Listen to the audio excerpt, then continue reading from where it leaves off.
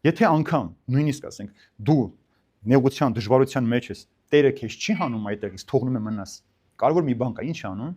Մեզ զորությունը ուժ է տալիս այդ փորձությունը հաղթահարելու համար։ Ուրեմն երբեմն պետք է, օրինակ, փորձությունը Աստված մարդուն փորձում է,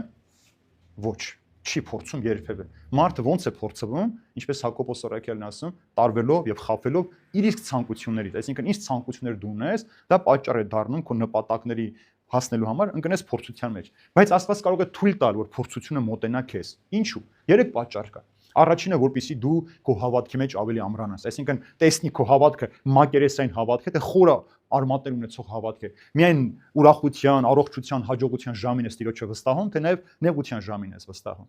Երկրորդ, Տերը թույլ է տալիս, որպեսզի դու քո այդ փորձությունները անցնելու մեջ հաղթանակած դուրս գաս,